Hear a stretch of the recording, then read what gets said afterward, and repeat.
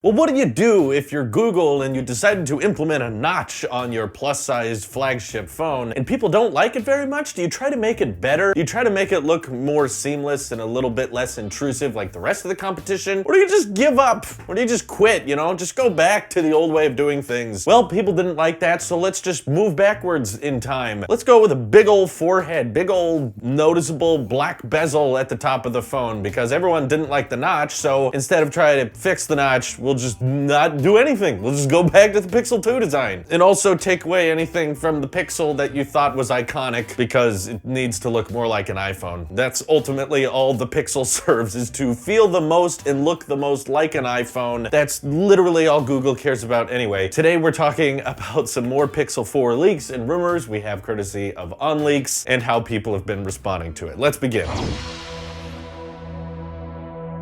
So yeah, as I mentioned in my intro, I feel like the Pixel is still, to this day in 2019, still trying to figure out how can it be the most iPhone-esque Android phone possible. You know, in the past we talk about Samsung stealing ideas from Apple, or Apple stealing ideas from Samsung. But I want to applaud both of those companies, at least, for making things at least fairly original. The iPhone has a very signature look and feel, and so do Galaxy phones, and I'm proud that both companies have been able to find a way to make both of those phones look quite unique. Using a Galaxy S10, I had an enjoyable experience, and using my iPhone, I still have a very enjoyable experience, even though those phones don't share a ton of similarities. Both of those companies have different takes and different approaches to how those flagship smartphones should work. But Google, I just feel like they're not even trying to find their own playing field anymore. Especially now with these leaks we're getting from OnLeaks, very high resolution and of course very reliable leaker, also backed up by another new leaker and new analyst entering the game, Google themselves, who tweeted out a picture of the back of the Pixel 4, so we're pretty confident we know that camera design's going forward with. And before you see these leaks and go, oh, wait a minute, there's a triple camera on the back of the Pixel 4, yay! So it's gonna finally catch up with its competitors. Nope, just by looking at the picture from Pixel 4 themselves, we can tell that that is not a third lens, given how small it is compared to the other lenses on the Pixel 4. There's no way that's gonna be some ultra-wide or some monochrome sensor added on as well. It's a time-of-flight sensor, most likely used for 3D depth mapping, which is supposed to be helpful when taking portrait shots and masking out things. So if there's anything good coming to the Pixel 4 this year, it's that hopefully that time-of-flight sensor will allow them to finally be able to render portrait mode shots in real time, something the iPhone 7 Plus was capable of doing. And while the Pixel 4 will be getting the Snapdragon 855 a month after the Apple A13 chip comes out and brutally, relentlessly slaughters the competition in multi-core Geekbench scores and also just pure performance, the question still remains for me, will the Pixel 4 finally get 4K at 60 this year? Something we've had on the iPhone 8 for a long time. And if you look at the back of this phone, you notice that Google is ditching that two-tone finish that we're used to having on the back of Pixel phones, which, like I've said in the past, I'm not a huge fan of it, but at least it was an iconic look. It was something that made the Pixel stand apart. I even remember them talking about that at the original Pixel event. They said like the two-tone glass and metal finish is what separates the Pixel from the rest of the smartphone world, but now they're just ditching that. Why? Well, it needs to look more like an iPhone, of course. Who cares what our target demographic thinks? Who cares what our Pixel fans out there think? We gotta make this look more like an iPhone. And that's of course why you're seeing the iPhone square camera bump that we know Apple had designed months in advance being implemented onto the Pixel 4 design because the leaks were out there, and that means that yes, /leaks and OnLeaks have basically affected the future of a smartphone because of how reliable they are, and people knew what the next generation iPhone was going to look like, and that's why Google took that design and applied it to theirs, because ultimately if you take a step back and look at the Pixel's history, you know everything they do is just how do we make this more like an iPhone. That's why the Android Q gestures look so similar to the home bar navigation on the iPhone as well. They're clearly just trying to provide options out there for people who don't want to buy the latest iPhone but want to buy the exact iPhone-esque version of an Android so that the transition is seamless and as easy as possible for those iOS ditchers. Other leaks have also confirmed that the Pixel 4's dual camera is not an ultra-wide lens, despite what a lot of people have been asking for. Many YouTubers and bloggers out there saying that having a regular lens and an ultra-wide lens would be far more helpful, and that's what they would rather have as a dual camera on the back of their Android, just like the Galaxy S10e. Dual camera on the back, but it's an ultra wide and a regular lens. People were happy with that. With the Pixel 4, they had to go with the telephoto lens as the extra option. Not because that was what people were requesting, but because that's what iPhones have, and they need to make sure that they have all the same options that iPhones do so that they can make Android Q even more like iOS as much as possible, make the back of the phone look as much like an iPhone, and I guess they didn't really want to try with the notch on the front and make it look like an iPhone 10, because if they did, then they may have significant lawsuit problems on their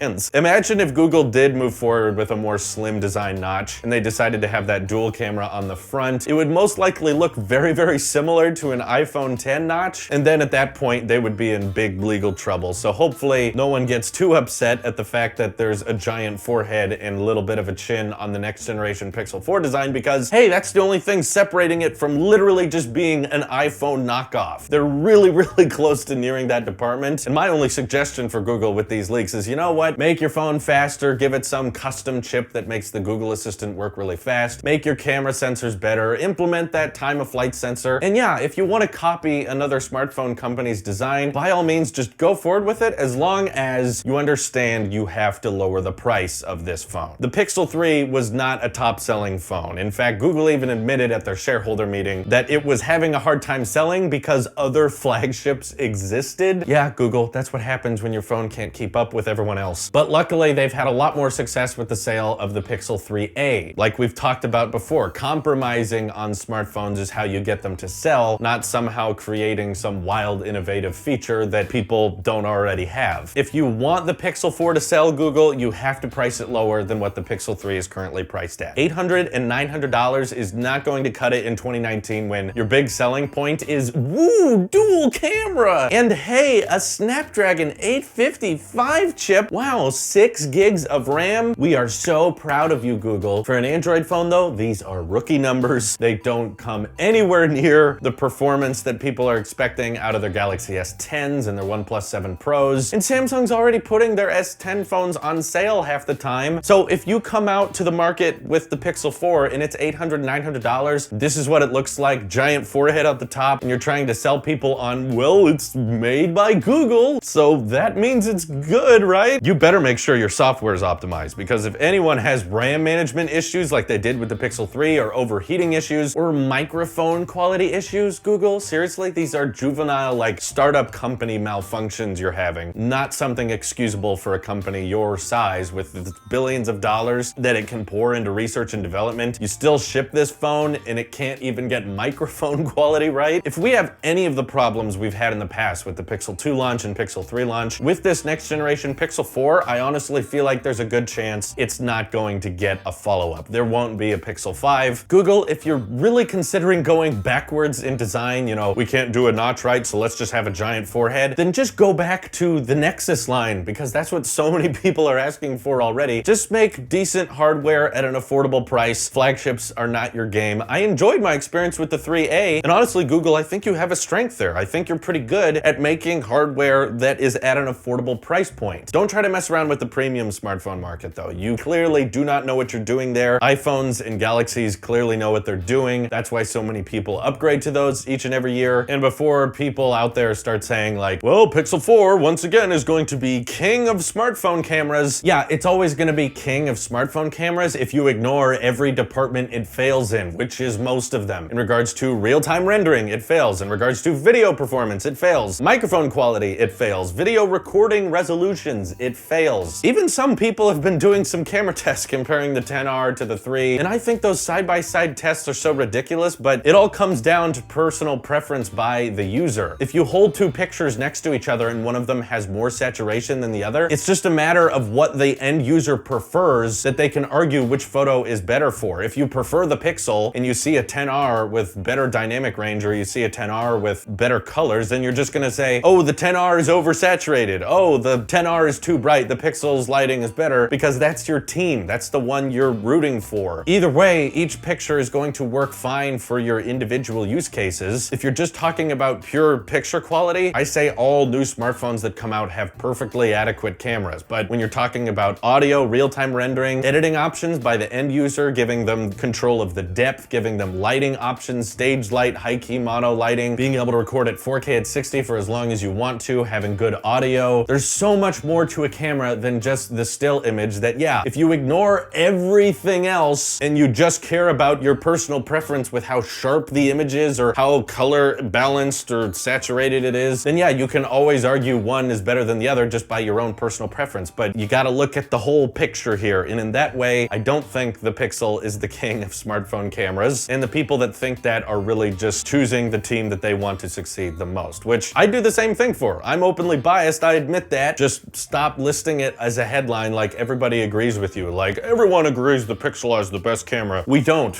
We're putting our foot down. We honestly, objectively say, no, it isn't. It is not the king of smartphone cameras. Let me know what you think of these Pixel 4 leaks by hitting me up over on Twitter or joining our Discord. This is your Apple Sheep here. I will see you guys in the next one.